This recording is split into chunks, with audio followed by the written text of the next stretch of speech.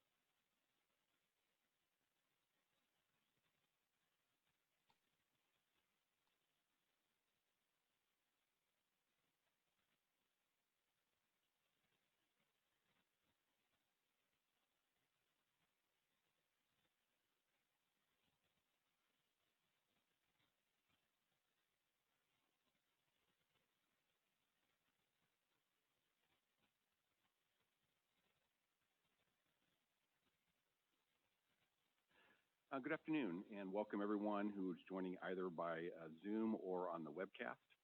Today is Thursday, August 6th. We are here for the fees stakeholder meeting as it relates to the winery general order. The long title is the proposed statewide general waste discharge requirements for winery processed water. So the long title would generically call it the winery general order. We're going to be talking about the fees as they relate to what's currently in the draft stage with that. So a few things I want to point out before we get into our presentation and before we open it up for anyone who has any comments or questions. This is being held virtually via Zoom for those that want to participate, and by webcast, those that just want to watch. For the Division of Administrative Services here at the Water Board and our fee branch, this is the first time we're using the Zoom platform. So hopefully we're not going to encounter too many roadblocks, speed bumps, potholes, whatever we want to call that. And we'll run smoothly, but just in case some things challenge us that we haven't experienced before, bear with us and we'll try to get through those technical issues. Hopefully we won't have too many. We do know that if you're on the webcast, there might be a slight delay. So if you're trying to communicate with us via email, some questions, depending on your internet connection, we've heard anywhere it's just a couple of seconds to a couple of minutes. It'll vary individually. So we do realize there could be some lag there. The Zoom and the voice on the regular telephone call-in number should be a lifetime. Those that pre-register to participate in Zoom, hopefully you're already on. You should have been provided a link.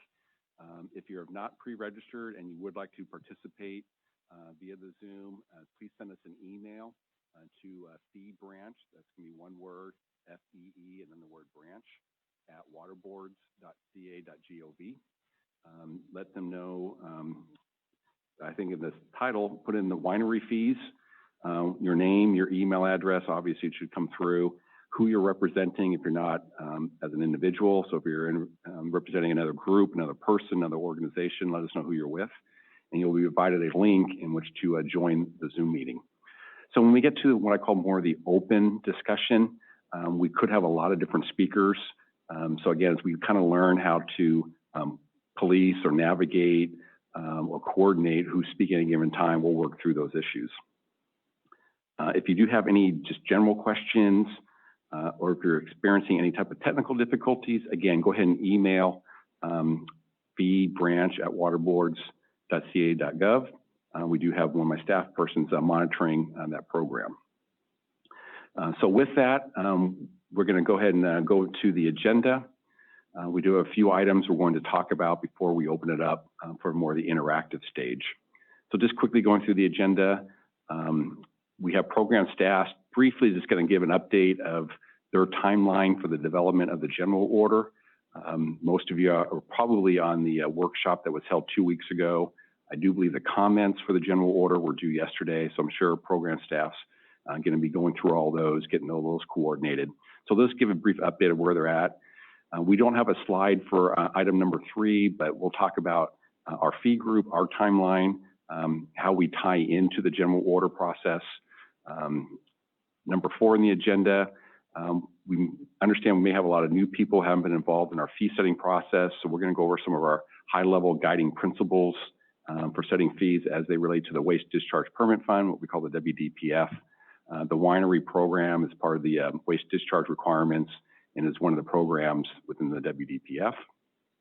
We do have a slide for the projected expenditures for the program. We'll get into more details of what that is. And then we'll briefly go over, I call this kind of a straw structure of a fee outline or methodology. We don't have any specifics right now as far as what the fees will actually be. And again, we'll go into more detail when we get to that one. And then finally, we'll go to next steps. And then at that point, once we go through this, we'll open it up for any general questions or comments anyone may have. So with that, we're going to go down to agenda topic number 2. I'm going to hand this over to program staff. This should be a fairly quick update from them. I have to admit, I'm not sure who in the program staff is presenting this one. Hi, Glenn. Can you hear me? It's Laurel. Yes, Laurel, go ahead. Thanks. Hi, Scott Couch and I are here, and thank you for hosting and for everyone's participation today. We're going to just go over a little bit about the background of this project and then where we're at with the comments. So this project began in 2015, and there was a lot of engagement with the regional boards and stakeholders along the way. The timeline on this slide shows the key milestones in the schedule leading up to the potential consideration of the board's adoption as early as November 17th of 2020. And so there was an administrative draft that was released in February 2019, and staff went through that administrative draft and feedback on it to develop the proposed general order that we just received comments on from the public. And so we're moving forward with addressing those comments and reviewing them and working internally and with stakeholders on the version that would be going to the State Water Board for proposed adoption. And that's really the schedule. Scott, did you want to add anything? I can take you off mute. No, I don't have anything to add to that. Can you hear me? Yes. Yeah, so that's pretty much it. We just got comments. The comment period was over at noon yesterday, and so we have quite a bit of reading to do. Yes. Okay, well, thank you. Laurel, anything else you want to add as far as your timeline? No, thank you for the robust comments, and we will take them very serious. Okay, thank you. And I have to admit, I apologize for not introducing who I was. Some of you may know who I am, but obviously my name is Glenn Osterhage. I work in the Division of Administrative Services. I'm the manager of the fee branch. So our water quality fees that the winery fees go into. Also, we have drinking water, water rights, the ELAP programs. So I apologize for not introducing who I was. I am being assisted today by Sarah Fong. So if you're sending stuff to our email address, Sarah may be addressing those as needed. And then obviously we have program staff, Laurel and Scott have already chimed in as needed. So before we go, we're just going to leave the slide up here. Before I go into the fee timeline, I do want to let people know that the focus today is fees as they relate to the draft permit. So there'll be probably a lot of questions. That's obviously all the comments. So if people start asking questions that are more related to what's in the draft permit, we'll table those and leave that through the comment period and the work of the program staff. There is some tie-in, obviously, of what staff's going to be working on, so we can address some of those activities. But if the questions are more of how the order is going to be defined or structured, those are not the purview of this meeting today. So the timeline for the fee adoption, we go hand in hand. We're kind of tied at the hip with the general order process. So on this slide, if they are on schedule to go into the middle of November, we actually have two choices on setting fees. We can go the same day as the general order goes to the board for adoption, or we can say, you know what, let's let the order, whatever form it ends up in, be adopted, and probably maybe 6 weeks after that, come back to the board with a fee proposal. So there's pros and cons to each one. So we could go as early as mid-November if the general order stays on track, or we could decide, you know what, there's so much variance, so much discussion of what's going to be in the order. It's hard for us to really know what's going to be in the final order to set fees. So let's decouple the two and go maybe 6 to 8 weeks later with a fee structure that will be built on whatever is adopted. So we'll talk more about that as the wrap up in our next steps. So again, we'll look to either go in November with the order, or we'll look to say, let's slow it down on the fee side. Let's give us a little time maybe to meet one time in between November and maybe early January to make sure we can kind of get some more input or more feedback as far as what the fee should be. So with that, we're going to go into item number 4. So we have the slide up here, our guiding principles. These are kind of high-level principles or guidelines for how we set fees. The first one is more if you already have an existing fee structure we call revenue neutral. We often throughout our annual cycle will look at different programs within the Waste Discharge Permit Fund. And if we look to adjust the methodologies or the fees that some fee payers may pay, it will directly impact others. So we generally say if some are going to pay less through a new structure, others will need to pay more. It's a zero-sum game is another term that's used. So it's revenue neutral. So if we have to generate $5 million and we're changing the structure, some are going to pay a little bit less, some will have to pay more because we still have to end up with the same net amount of revenue. Second bullet point, we're not a fee for service model. Yes, we are recouping fees or paying for staff costs. Staff are not tracking costs to individual sites or facilities or operations, but we're paying for the general cost of maintaining the program. Third one, we do implement our fees statewide. We do not have fees that are regional board specific. So if you're down in the LA area, you're going to pay the same fees if you're in the North Coast area. So again, they're implemented statewide. Now we could have variances, and we'll talk about a couple of those in the fee structure with local area oversight, sustainability programs that some regions may deploy and other regions may not, but the general fees are going to be consistent statewide. In our WDPF program, we have indirect costs. I think people are very familiar with what indirect costs are. We also have what's called foundational program costs that are added to all the fee payers. Foundational program costs are TMDL, total maximum daily load, the basin planning, there's enforcement. We have our monitoring programs, the SWAMP and Gamma. So there's a number of programs where we don't have direct fee payers within the Waste Discharge Permit Fund. Those costs are paid proportionally by each program. So WDR fee payers will pick up a portion, confined animals will pick up a portion, stormwater will pick up a portion. So we have direct staff charges. In this case, it's a waste discharge requirement program for wineries. We have the normal IDC or indirect costs, and we also have some foundational programs that fees pay towards. And the final one is we generally get comments from fee payers to try to avoid big swings in the fees or try to minimize the big swings.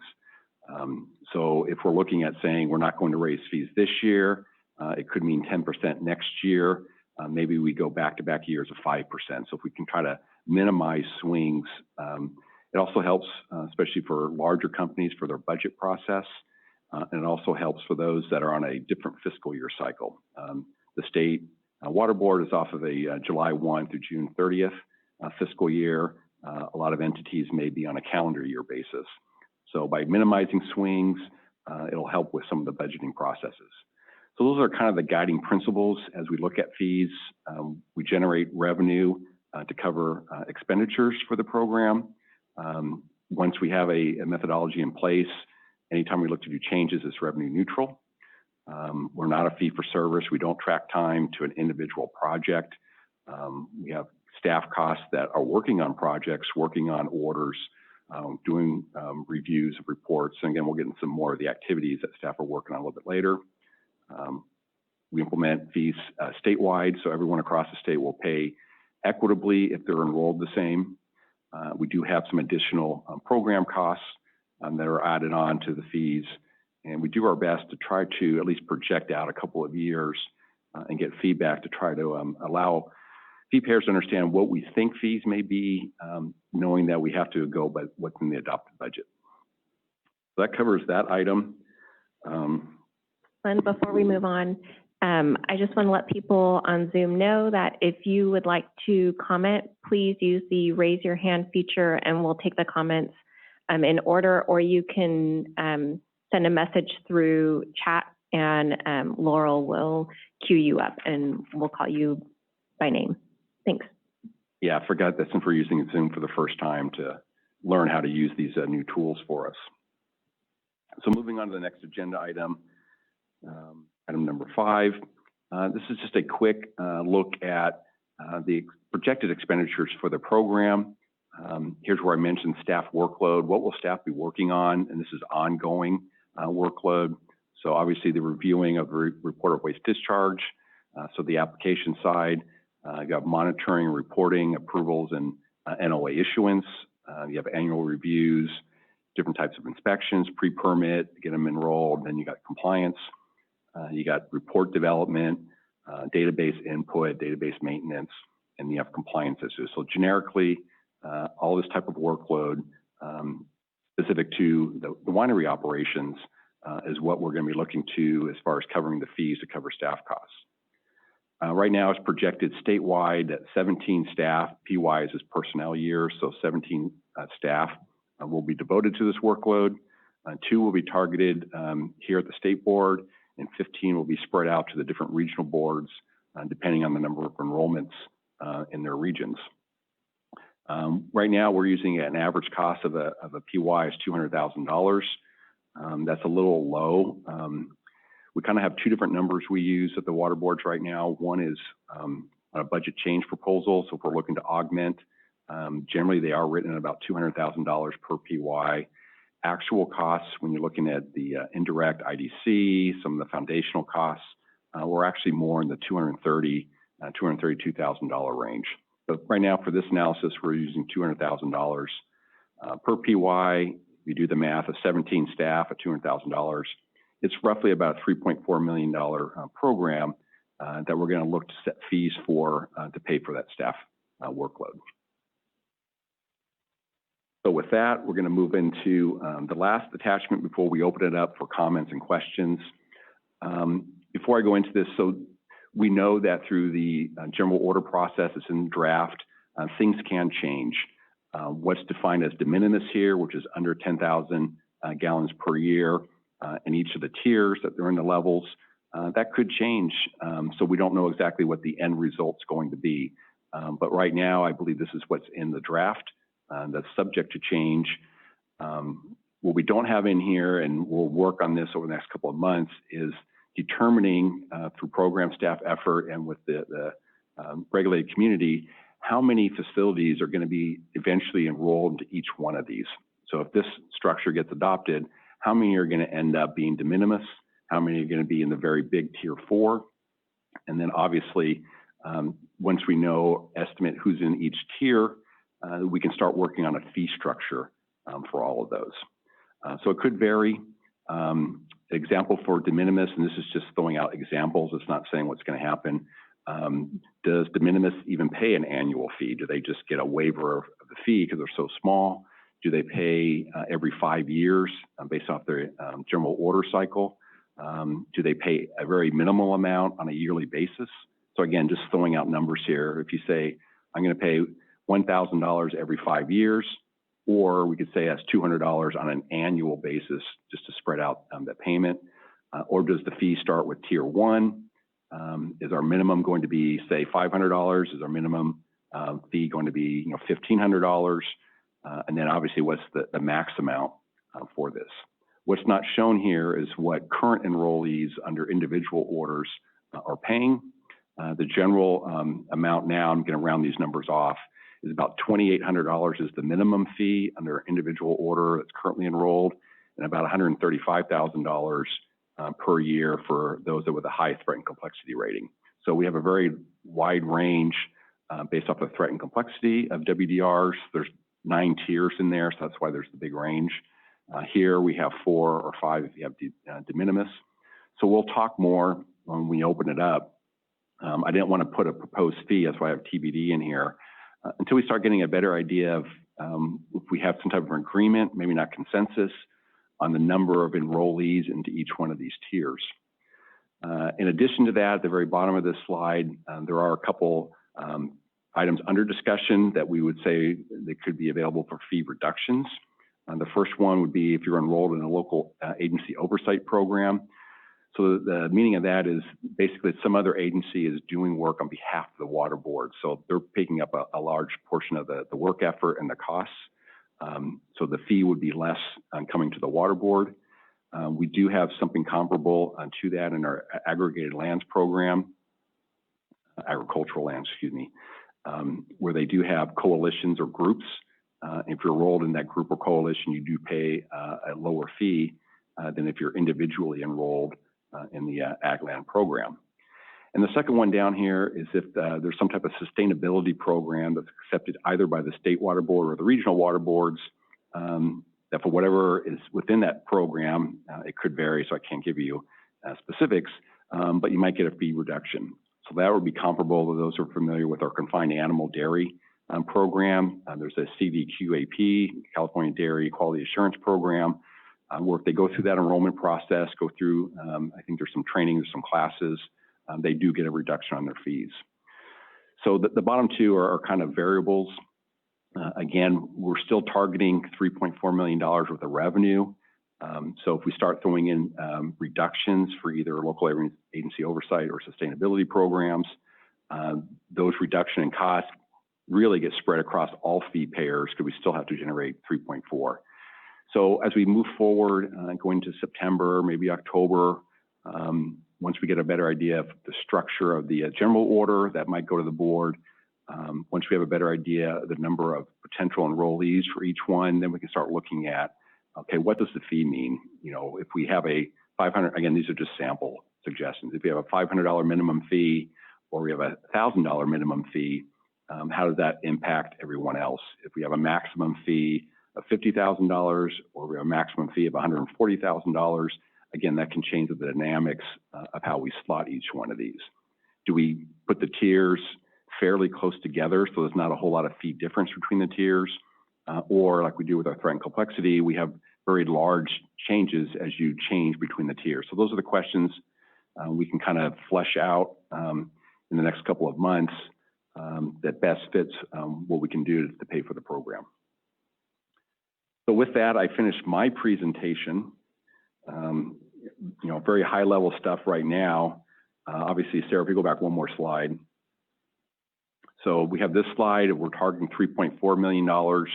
If we go back to the next slide again, and then we had to put some structure that's going to allow us to generate that $3.4 million. We do realize that it's going to take a number of years to get full enrollment. So we're looking at, once we're at 3 or 4 years, what's the enrollment basis going to be? We're not going to try to collect $3.4 million in year one if only half the enrollees are in the program. We'll set the fee targeting full enrollment or something close to full enrollment. And then we'll manage it year over year. We'll look at this. Most of the time we do a new fee structure, it takes 3 or 4 years for things to settle down. We'll look at it and we'll true it up or right size it. There's different terms people use to make sure that we have things slotted correctly, because oftentimes reality is a little different than what you project when you start putting these figures together. So with that, before we start taking questions, I don't know if Laurel, if you have anything on the program side you wanted to add before we open up the floor and have Sarah start inviting people to make comments. Hi, Glenn. Not for me at this time. Okay, just wanted to make sure. So Sarah, I'm going to go ahead and hand it off. Oh, to Laurel. Okay, Laurel, I guess, is maintaining that. I thought Sarah was. So we'll let whoever is coordinating the order of commentators go ahead and get us going. Hi, and so thank you, everyone. I'm not seeing any hands raised or what might be a thumbs up or a clap, even if it's not about fees. Any indication that anyone wants to speak other than Noelle Creamer. So There you go. Noelle had her hand up. Awesome. So I will start with Noelle. So the process here is that I make Noelle a co-host, and then that takes a minute, and then make sure, Noelle, you're on mute, so you should be able to speak. And then once your feedback is done, we'll take you off of being co-host and we'll move to the next speaker. Thank you. Thank you very much, Glenn and Laurel and Scott. I appreciate the overview. I have a lot of questions. So I'm wondering first how you came to the 17 staff that you thought would be necessary to oversee the program. So Laurel, you want to take that one? Yeah, so when we look at what we did, Noel, is we looked at the number of positions doing waste discharge permitting statewide. And then we looked at a percentage of that would actually be doing this winery general order work. So the number of staff currently reviewing winery WDRs and so forth. And then you look at a component of management time and you get kind of a range of maybe there's 9 regional boards. And then right now my whole unit's working on winery stuff. And so that averages out to maybe, 1 or 2 forever on the permit to assist the regions on implementing the program. And then with the regions, they have maybe 1 or 2 working on this, and it's weighted for the regions that have actual wineries. And so this is just our proposed estimate for the number of people that it makes up to do the program. So let me make sure I understood that. So you looked at all the staff across state and regional boards that are currently working on any WDR. Was that step 1? Yeah, just looking at the WDR program and then taking a subset of that of being, no more than maybe 1 or 2 staff in a region with lots of wineries. And then like a region like Region 6, we may have given them, it was either a 0 or a 1 because they don't have any wineries. So, so then that's where I'm getting a little, so then you looked at the number of staff that are working on winery issues currently. Was that the second step?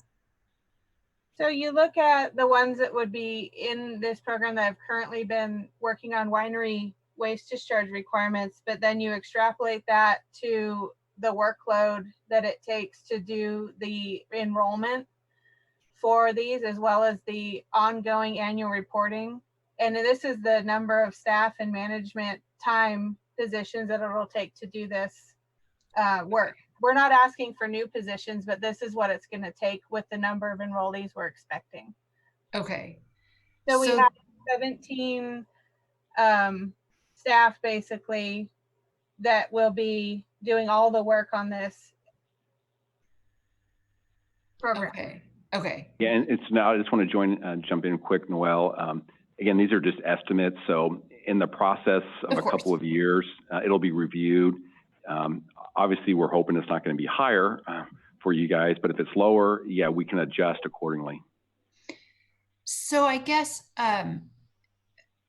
my next question is from the regions that have existing winery orders, so Region 1 and Region 3, it's my understanding that they have either 1 or less than 1 PY managing their existing programs. Is that accurate, or like does that fit into the equation? Yeah, we definitely didn't try to pad the number, but this is realistic on the amount of work that this program is going to take on the staff side. So the regions will make decisions potentially on how they prioritize the work because they understand how much work this permit is going to take. And I think the categories of work may help. So the bulk of the work that it takes for these positions is when it comes to ongoing enrollments and the report reviews. We know that we don't have a lot of staff currently to do inspections. And so this is weighted mainly on all of the reporting and electronic enrollment and the ongoing maintenance of all the program implementation.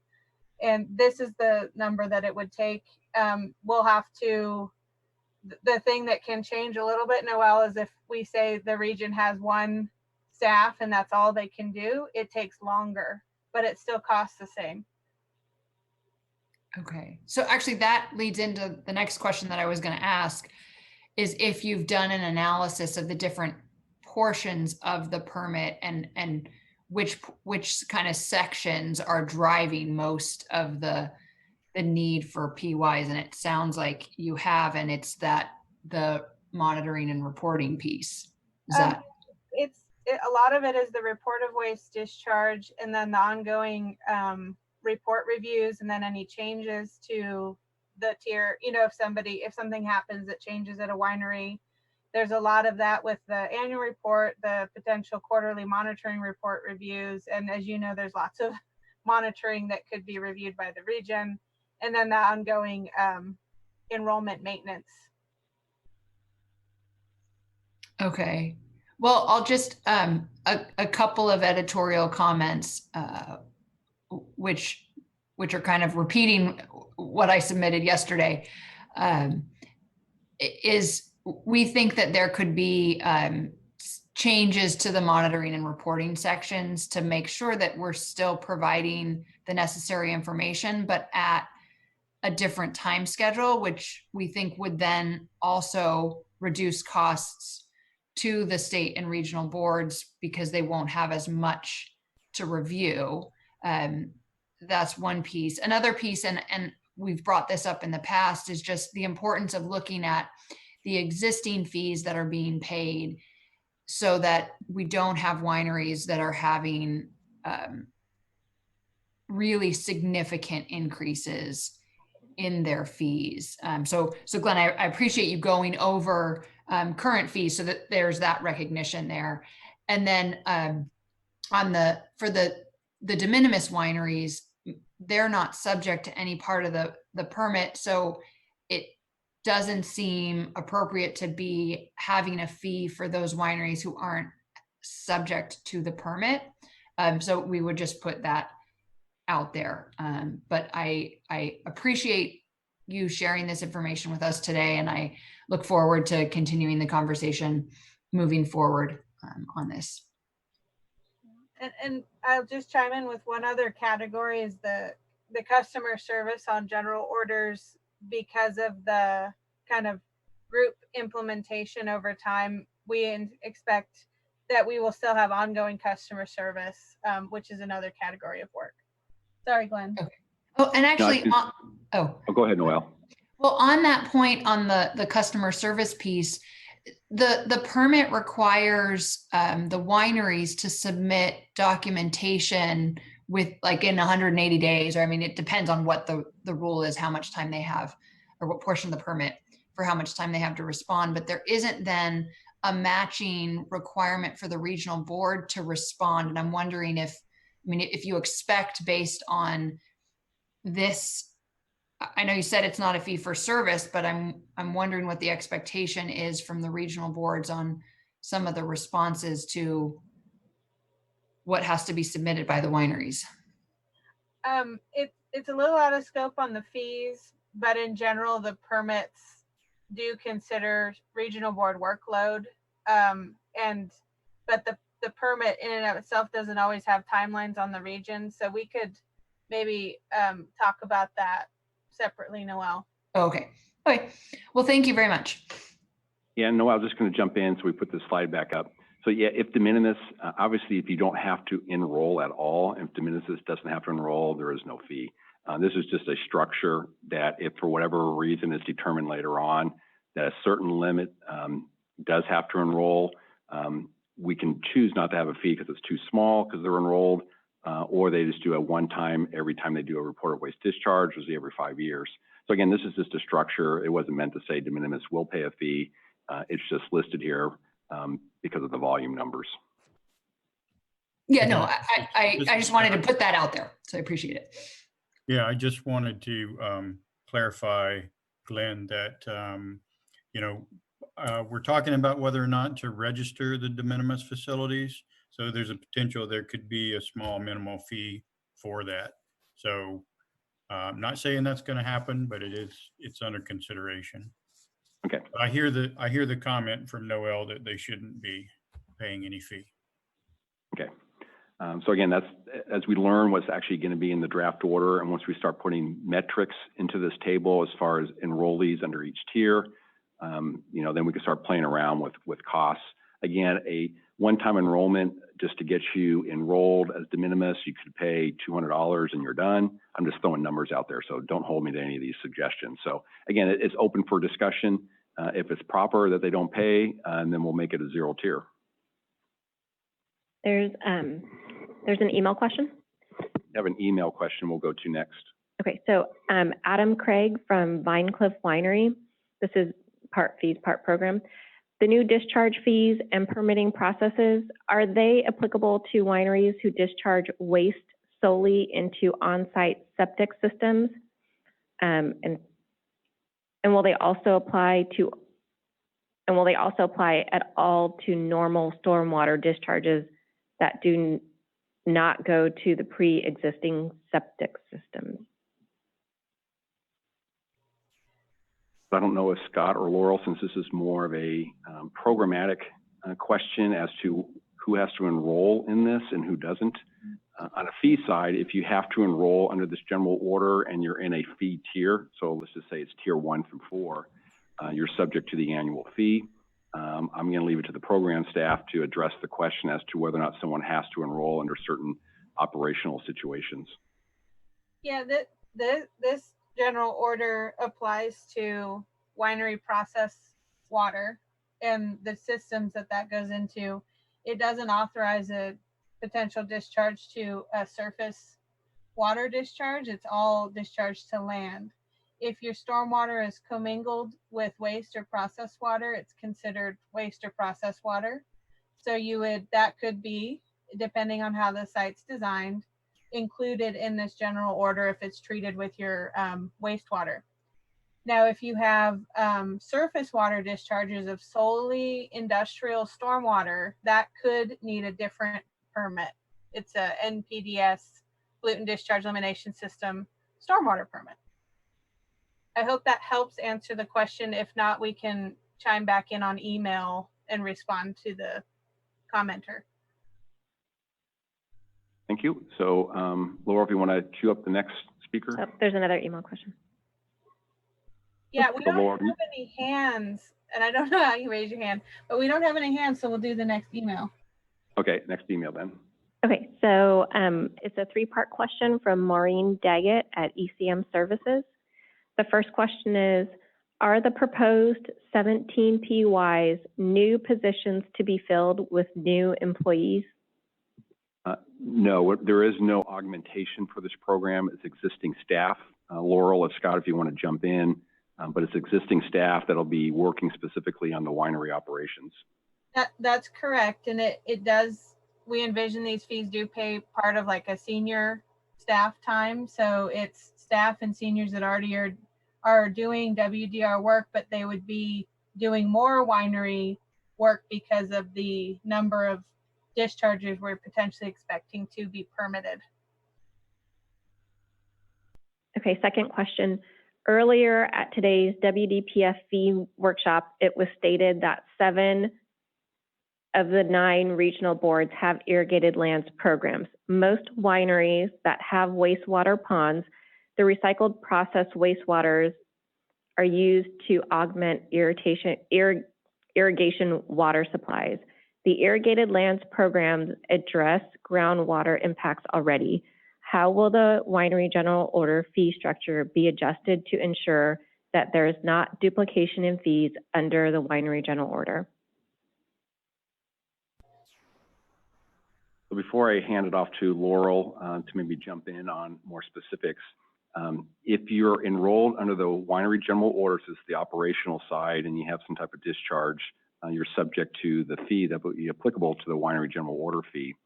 If you're also enrolled in the agricultural lands program for the growing of the various crops, you may have 2 different types of enrollments. I will have to hand it over to program staff to talk about the disposal of the waste and how it's used, if it's used for irrigation purposes or for some other type of disposal.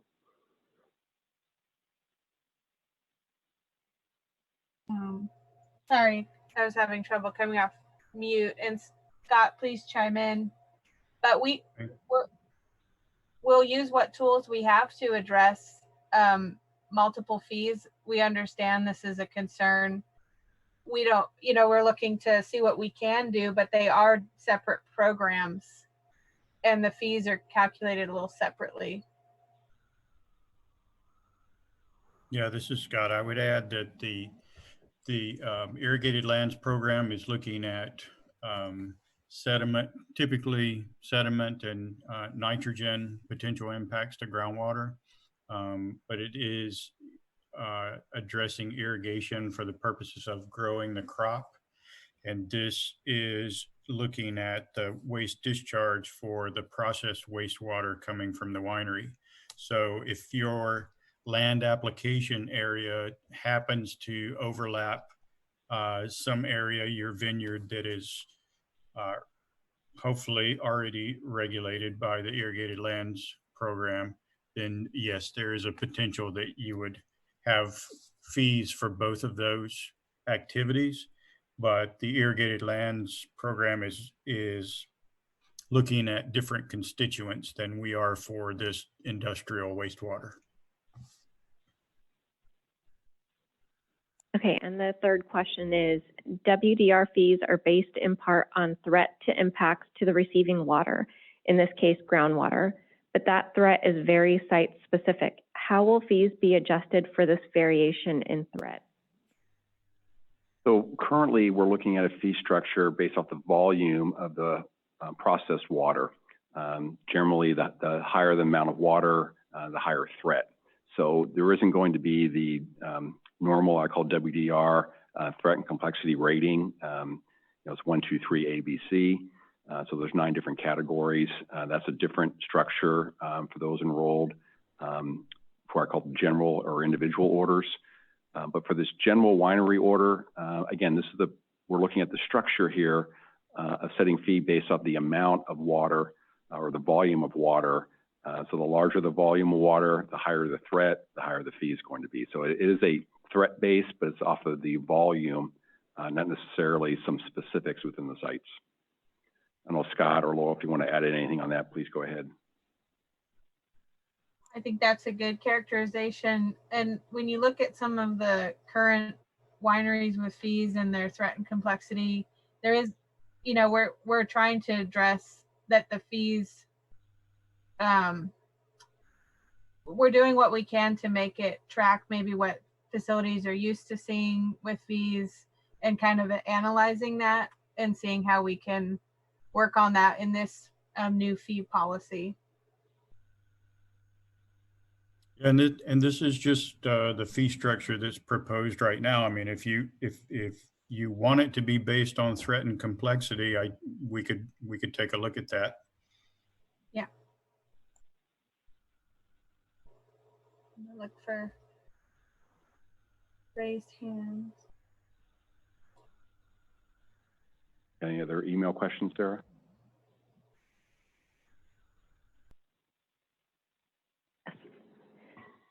Okay, this is from Mike Martini from Taft Street Winery. Less of a question, more of a comment. The frustration is that there is no accountability or efficiencies built into the cost of staff time. It is very hard to put a value on the program when there is not discussion of the costs versus the benefits of the program. What do the people of California get for this $3.4 million that they are not getting right now?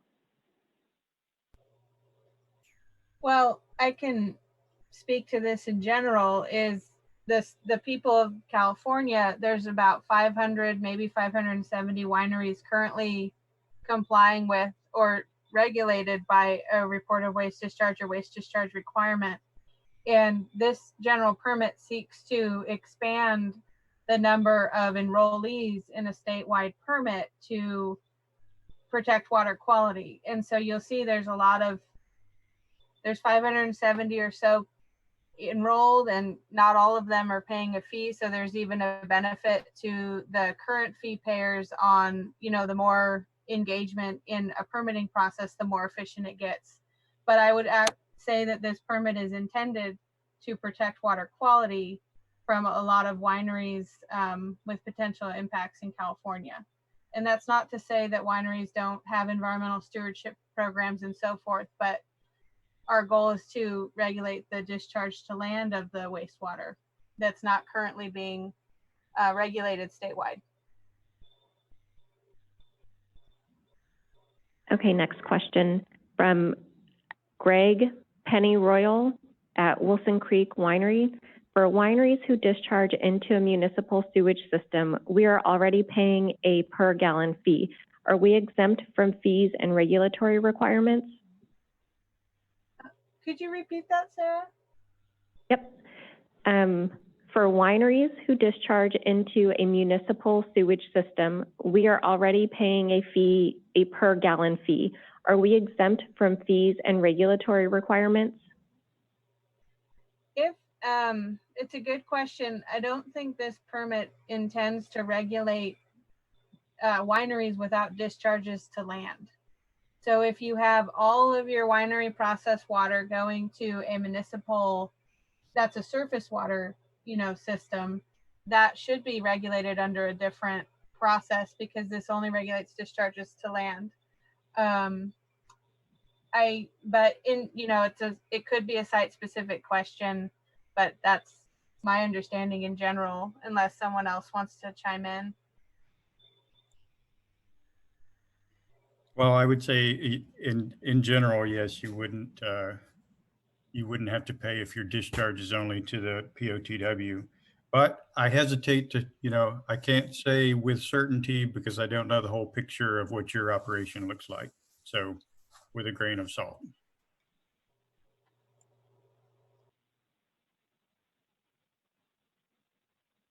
So we have no more emails. So we have no more emails. Anyone online on the Zoom, if you want to make any comments, go ahead and raise your hand through that functionality and we'll open it up for comments. So we'll give it a moment here. I know there might be a little lag on those on the webcast to submit an email if you're having to wait for some of the other comments to complete. So we're just going to give it a moment here to see if things true up or if we get anything. Yeah, are we on the webcast, Glenn? I thought this was a full Zoom only. It's Zoom and we're also being webcast. Sarah, you want to jump in on some of the technicalities?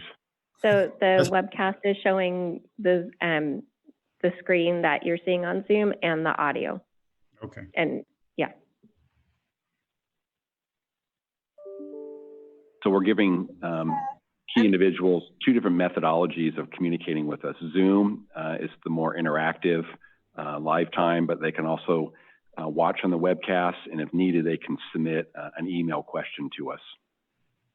So we do have, I think, a request from Bill Smart to so Bill, I'm going to make you a co-host, and then I'm going to take you off on mute. So I'm going to try to unmute you.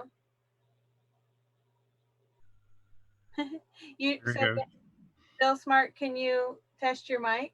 Yeah, can you guys hear me? Yes, Yeah. thank you. Is there so I'm coming in kind of toward the end of this, as I understand the timeline started back in 2015. Is there a place where someone who's a layperson such as myself can understand the complexities of all of this in sort of an easy digestible format? Is there somewhere this is all laid out based on how long this has been going on in terms of the program that I can read about this? Because this is just talking about the fees, but I'm trying to understand the whole scope of this. Bill, were you able to watch, and it's okay, we had a recording, it's the best that I could provide today. We have a recorded presentation of the draft permit that was put out for public comment. It's about 30 minutes of staff going through the requirements. It's intended to be in a more plain way to say it in a summarized way. Yeah. I can send you that presentation. That would be fantastic. If you could send that so that I can, if it's, like I said, something that's easily digestible for people who aren't like stormwater experts or wastewater experts. Well, you could watch it, and I'll send you the Office of Public Participation fact sheet on it. And then if you have questions, I'll send you where to go. We can answer your questions you have. Thank you.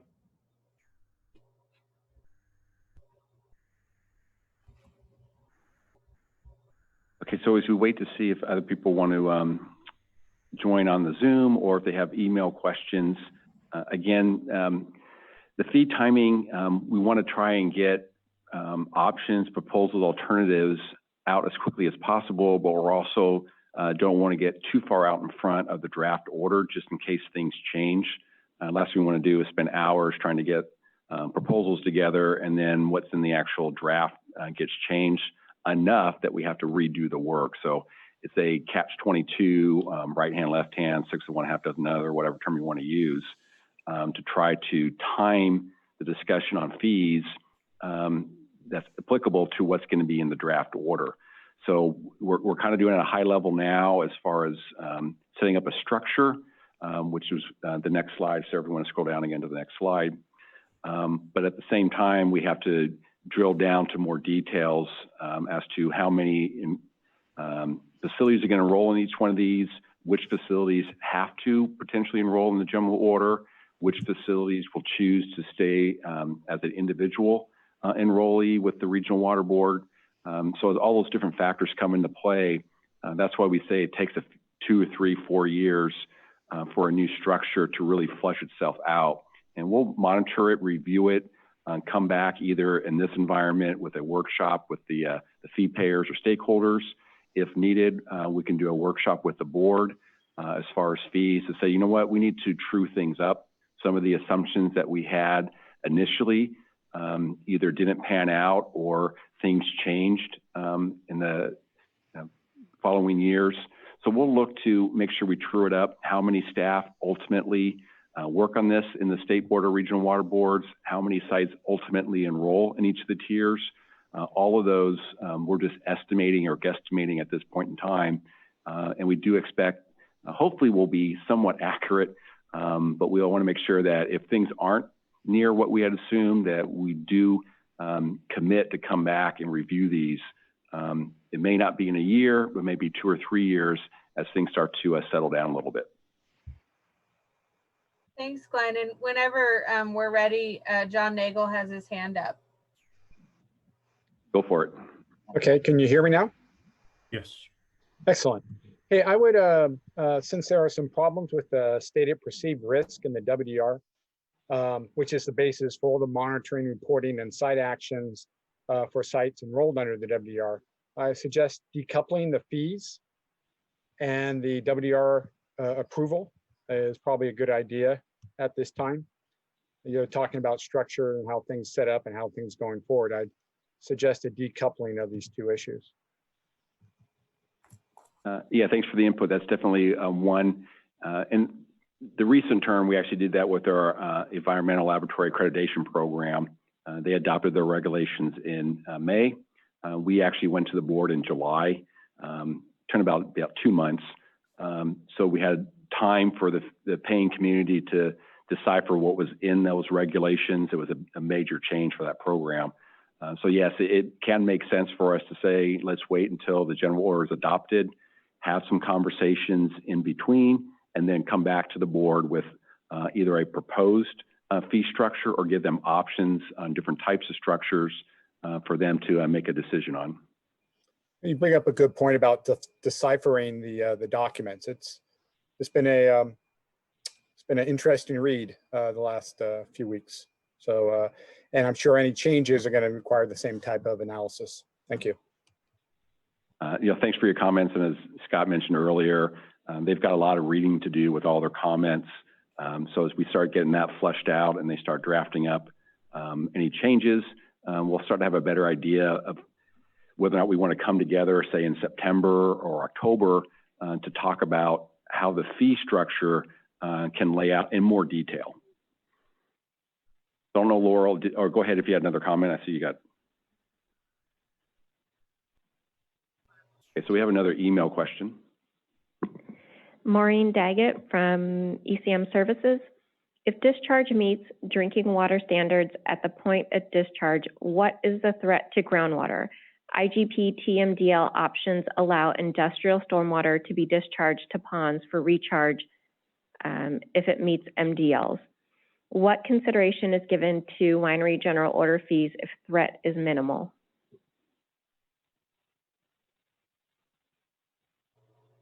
Well, I think that comes back to John Nagel's point about appropriately assigning risk or threat, but this permit does not require all of the effluent to meet drinking water standards before it's discharged. So it's evaluating what kind of effluent limits or triggers or monitoring you do to assess the potential impact or the actual impacts that have occurred. And that's kind of what we're looking to when we have lots of comments on how to do that. And we've given you a draft on how we thought, for discussion, how we thought we could do that. And so I think it's an ongoing ball on how you define those parts of a permit. Okay, Kyle Schmidt from the Wine Group. Understanding that more needs to be understood for the final order, but based on the general orders in the state, does the group have an initial thought on how the fees, at least in structure, will be spread across the tiers? I'll take that right now. No, we do not have anything in our back pocket. One of the intentions of this meeting is to go through all these comments, questions, and we'll talk about our next steps to say, if we want to meet X certain date, what's our objective for the next meeting? Personally, I think we're going to start putting some estimated enrollment numbers into what's ever in the current draft, and then start saying, again, how much do we structure changes in these tiers? Obviously, again, just kind of making numbers up here. I think Laurel said roughly 500 facilities are currently enrolled. If we're going to have 2,500, 3,000 ultimately, that's a lot more facilities that are going to pay towards that $3.4 million or whatever ultimately it comes down to in a number of years. But again, do we stratify each tier where they're fairly close to each other, or do we push them farther apart, more in line with the current threat and complexity model for the general WDR, not say general, but the normal waste discharge requirement permits? So those are the conversations I think we're going to have in our next meeting. I can probably, if I get some good numbers from the regulated community on how many facilities out there would enroll into a general order, how many are in existing individual orders. I can put together a couple of varying viewpoints, low base fee for the small tiers, higher base fee for the bigger tiers, that type of thing. So we'll look into that, I think, more towards the next meeting. Maureen Daggett from ECM Services. What is the basis to assuming that only volume of discharge is adequate to setting fees? There must be consideration to the quality of the discharge as well as actual impacts to the receiving water. So before I see if program wants to jump in, we have a number of different methodologies we use throughout our programs. Obviously, those of you who are familiar with the WDR threat and complexity, there is a rating scale, again, 1, 2, 3, ABC, that's reviewed at the time the order is adopted and as to what they're going to be rated as. Other programs, the NPDES program is primarily a flow-based. So the higher the flow, the higher the fee. They do have some general fee categories, A, B, C, that have low, medium, and high fees to them. So we have both models. Right here, this is more going back to a year ago when there was different staff working on this, was looking to simplify based off the volumetric versus the actual threat of the type of discharge. So again, we're not married to this proposal here. I think that if we go to assigning threat and complexity, that's going to increase staff workload because they're going to have to go out to every single site and evaluate the specifics at that facility. So generally, it's going to take more staff time to get those evaluations completed. The inspections have to go through all that review. I'm not saying we stay with the simplistic because sometimes detailed is better, but simplistically, generally it's going to mean less staff time because it's very easy to quantify volume on annual reports. So I don't know if Laurel or Scott, if you wanted to add in anything on that. I think that dovetails nicely with the programmatic work as well as the fee calculation. The more complex the calculation is to assess what tier or what threat to water quality you are, the more the work goes up. Right now we have a lot of individual WDRs, and then we have region-based winery permits. And the idea of this statewide order was to, as Glenn said, to try to streamline that workload. And, you know, if the workload is streamlined, it should be reflected, you know, in the fees and so forth. So that's kind of the intent we have here with these general orders.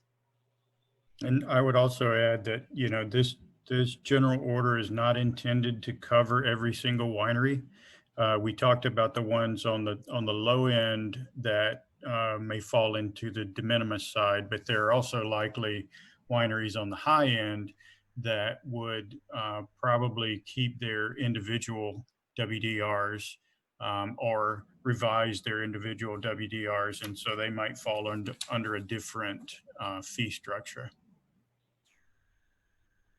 I do want to add that assuming that a new winery general order is adopted and we do get enrollees under the general order, and if we still have individual enrollees into regional boards, both of those revenue streams would be combined together towards the 3.4. So I just want to make sure people aren't worried that if a large facility stays under individual regional board order, their fees will still be counted towards the winery staff effort workload. They're not going to be separated. Okay, this is from Joanne Kipps. There are several questions. So the first one is, will State Board provide the regional water boards with a list of existing unregulated wineries that are subject to coverage under the general order? I don't know. Oh, go ahead, Laurel. So if there is a list, it could be used to assist the regional boards in assisting with enrollment. I don't think we have that information right now. So I don't think we can provide it because I don't think we have it right now. Right. Okay, the next question. Oh, sorry, Laurel, go ahead. Yeah, but we're not opposed to helping ensure wineries have a heads up on potential requirements. Our emails out about this workshop as well as the board workshop were reflective of over 1,000 wineries being informed of these proposed regulations. And so I would assume that we would at least do outreach and notifications like that. And if we do have a stakeholder list, we could, work through that. Thank you. Okay, next question is, what is the time frame for regional water boards to enroll these currently unregulated wineries? Don't quote me, but I think it's 3 years from the time the permit is it's as soon as possible, but I think there's 3 years for a discharger to enroll if they've never been regulated. Okay, next question is... Before you do that, I just want to add, and that's why we always say it takes a number of years for things to true up. So we don't expect everyone to be enrolled on day one or within year one. It takes a number of years. That's why we'll set the fees based off the projected end number of enrollments. And then if things are off, once we get to that 3rd or 4th year stage, then we'll look to balance it out. And just to add, but we do review the fees annually regardless. Yeah, I forget because I do so many of these meetings. We do go to our board annually. So if there is a change identified either through program or through the request of the fee-paying community or stakeholders, and it's something that program and administration wants to move forward with, we can look to do changes on an annual basis. Okay, next question. Will this work include an effort to enroll existing regulated wineries with individual WDRs that are of a vintage long past their renewal dates? Yes. Okay, do the regional water boards have sufficient staff already to do this work? Well, I mean, they know that if the permit is adopted, they're preparing, and many of the regions are looking forward to having this statewide order. They're in support of it. So they understand what the requirements would be and what the workload would be. And so it would be folded into the current work. And that's why we understand that it won't be done in year one. It's going to take a few years, but yes, they're aware, and we have units dedicated to WDR permitting. Okay, and last question from this email. Any more consideration to postponing state board consideration of the general order because of the pandemic? So we got those public comments, and we understand this is of concern, but it's up to the state water board to determine if they want to adopt the permit or delay that. So that's really up to the state water board. And I'll tag on, obviously, our fee. If the order does go in November, then we can decide, do we want to go then or throw out there 6 to 8 weeks later for the fee. Obviously, if the general order gets delayed to say late winter or sometime in the springtime, our fees would be pushed back accordingly. Okay, Kyle Schmidt from the wine group. From the estimated 500 existing regulated producers, do you know what the current total fee collection, the aggregate, is for permitted wineries in California right now? Laurel, do you have that? I have to admit, I don't have that right in front of me.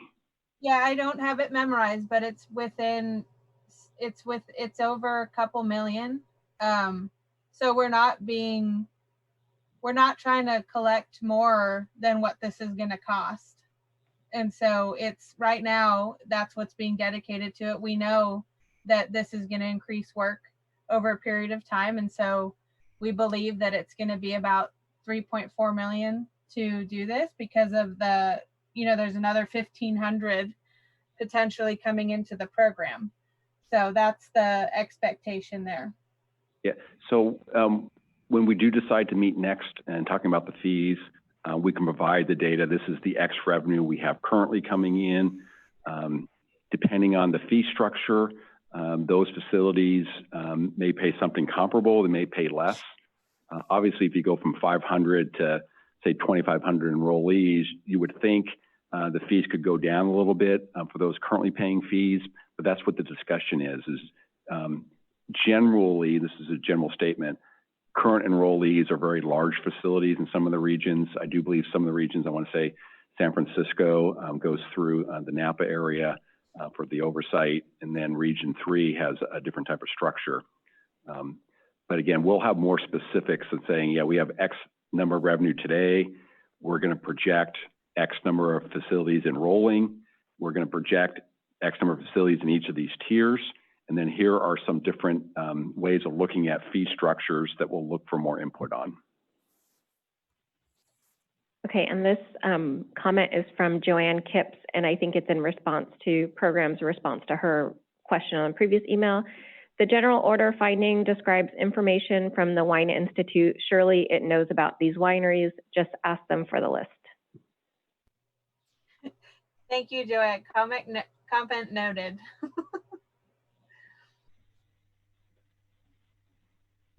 We have no problem working with the Wine Institute on that list, and it's a great suggestion.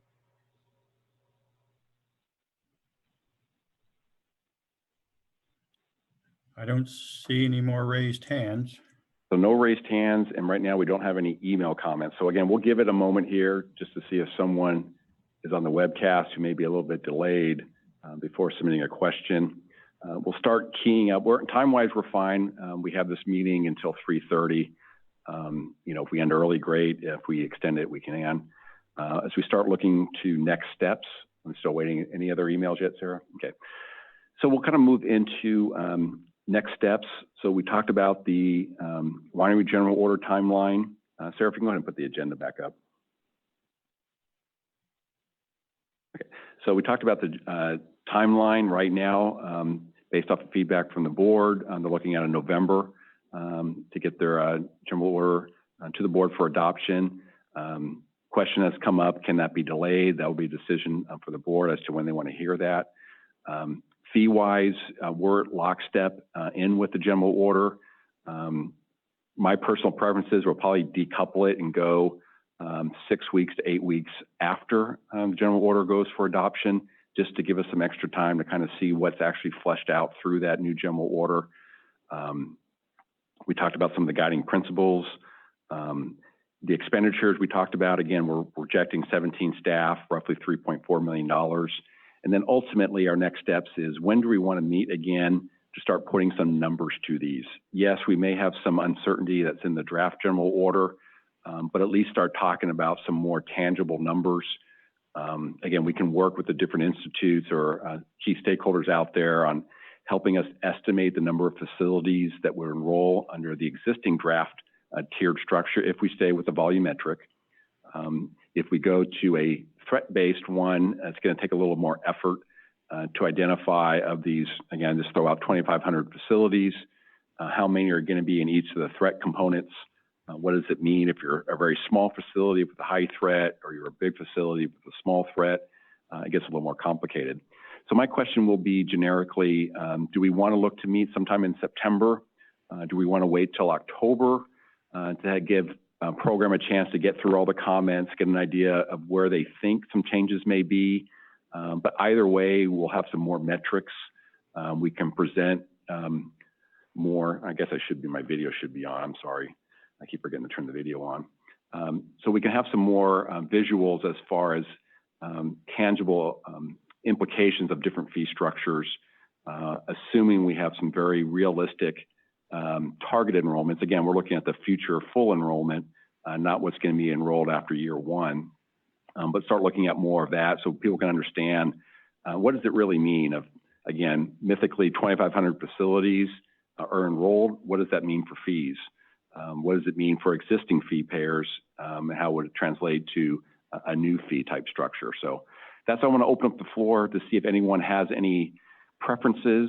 Do we want to wait till October, or do we want to meet again in about a month where we can start putting some more numbers together sooner, knowing that things may fluctuate depending on what's on the general order draft?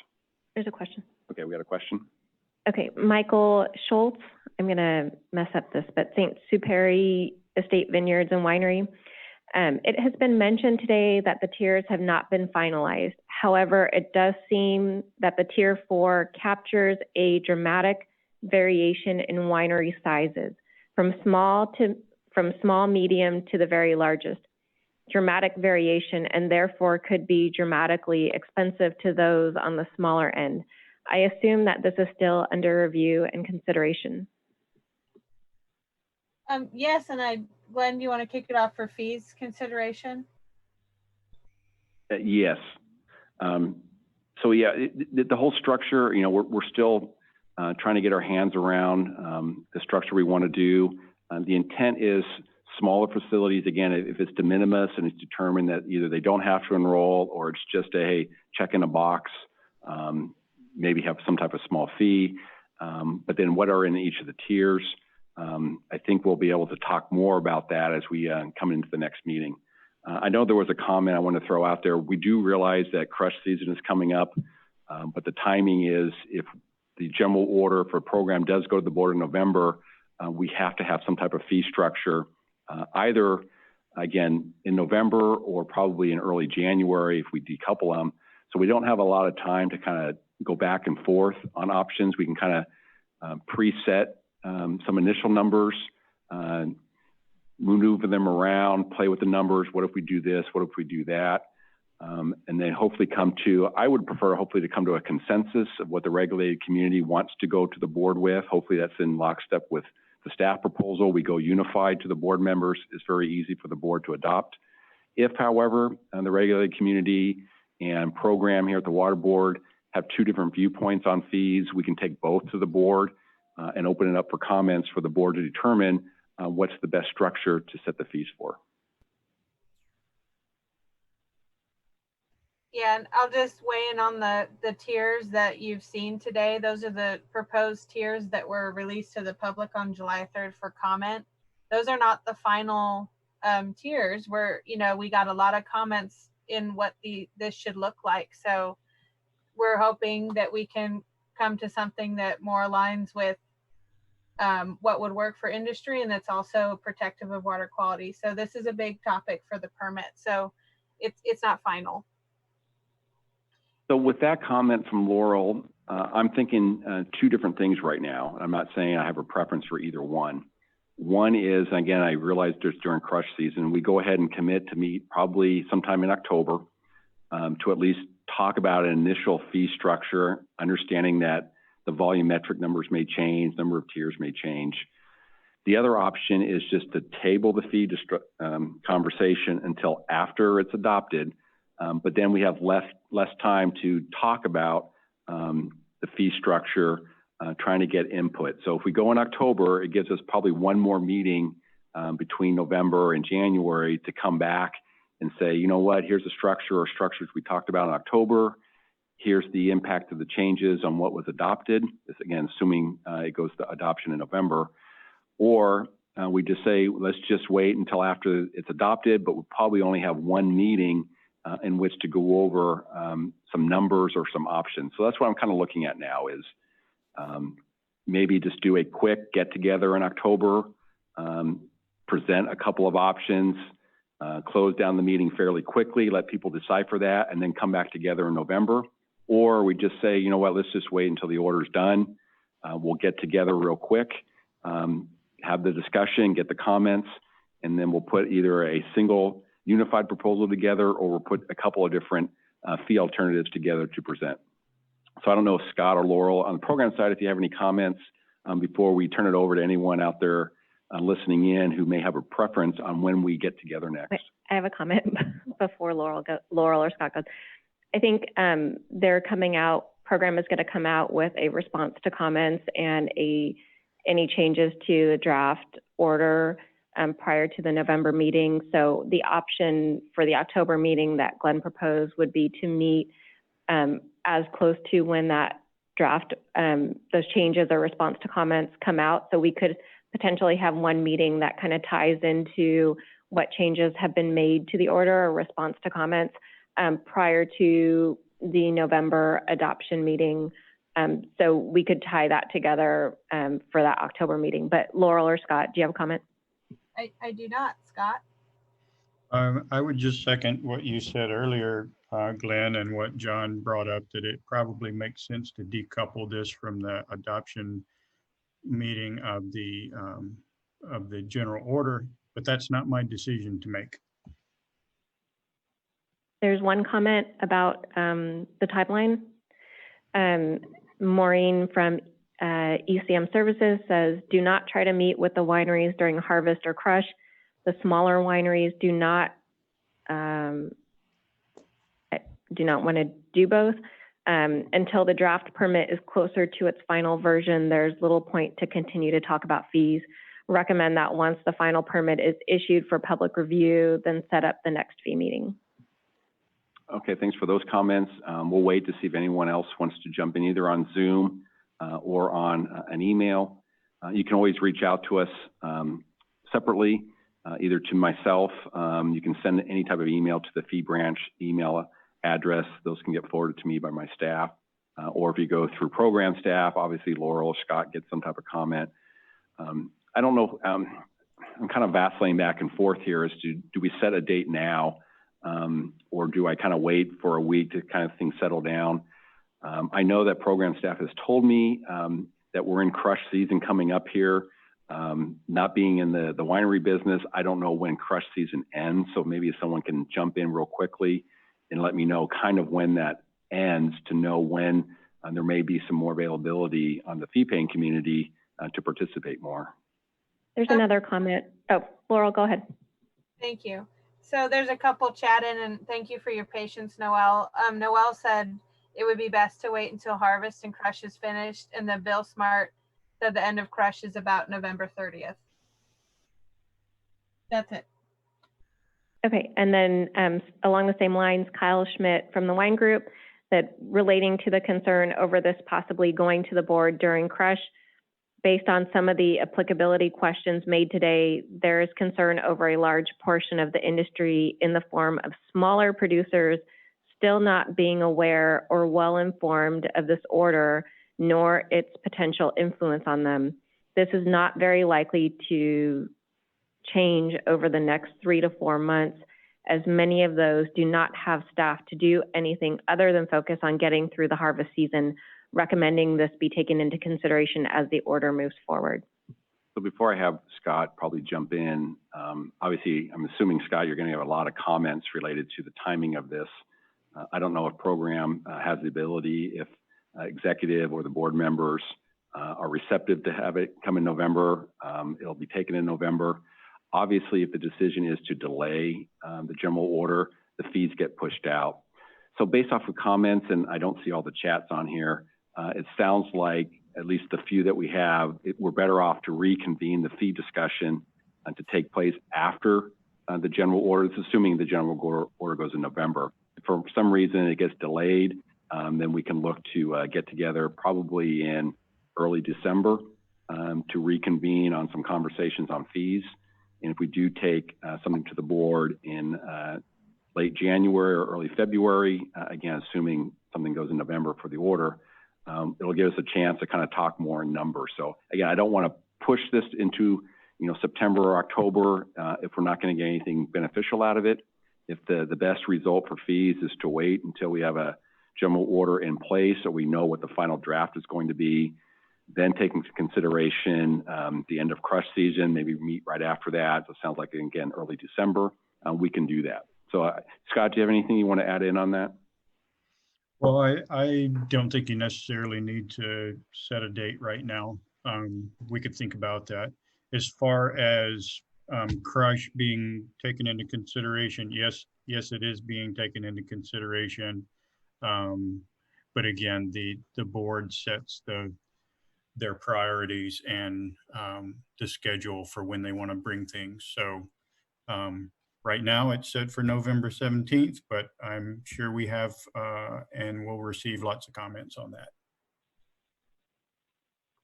Okay, thank you, Scott. So probably what I'm going to do here is we're not going to set a date here. Based off of comments, and you're free to chime in separately or in the next couple of days. But it sounds like the best for the fee conversation is to wait and reconvene in early December. If the winery general order does go in November, we'll come in right after that to discuss the fee options.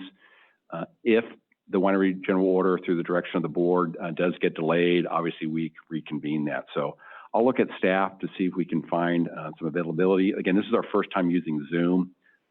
So I feel comfortable that, the next time we meet, we'll do that. We'll have some more concrete, hopefully, impacts on what fee options could be. But it sounds like we're best to wait until early December on the fee conversation, knowing that program staff is going to be very busy putting together all the comments and redoing the order. And obviously the regulated community is in the middle of their busy season going through crush. So with that, unless Laurel or Scott, you have any objections, we'll look to reconvene the fee discussion probably right now in early December. We'll find a day and then we'll disseminate it out. Yeah, I'm okay with that. I'm on board with that. Okay. I got it, not so we got the shake. So we're just waiting to make sure we have any email questions. Anyone online, if you have any questions, go ahead and raise your hand. Okay, one just came in. Okay, so Maureen I think she wanted to edit the question from earlier. What I meant to say was that smaller wineries do not have personnel to do both. During harvest and crush, smaller wineries can only focus on harvest and crush because it is time-sensitive, season-driven. Harvest and crush can start as soon as the end of August and go through the end of November 2020. Wait moving on fees until the winery general order is out for final review. Okay, so it sounds like at least the comments we've received so far, we'll go ahead and anticipate convening this meeting again as far as fees in early December. We'll have a commitment to have some more details of some potential options or the impact so people can start seeing what it really means. It'll give us some time for program to go through all their comments, work on the actual general order itself. And if it does go to the board in November, we'll convene a couple of weeks later to talk about the fees and look to, again, maybe go in late January with a fee proposal to the board. And this is a question for program. Joanne Kipps wants to know, how soon will State Board post comments on its website? That's a great question. So a little insider information is the comments come in like three main forms. They come in emails, they come in hard copy, and they come in like emailed attachments. And so for them to be publicly available and posted, there will be a process through the clerk, the board clerk, to put those out in some fashion. If you need them sooner, I mean, it's a significant size of a file. If there's some hiccup in that procedure, we'll have to please reach out and we'll see how we can share those. There's too many to email. But there is a process to get those out and posted. We do have to have everything on our websites accessible to those with disabilities. So we will have to see how the clerk office does that now.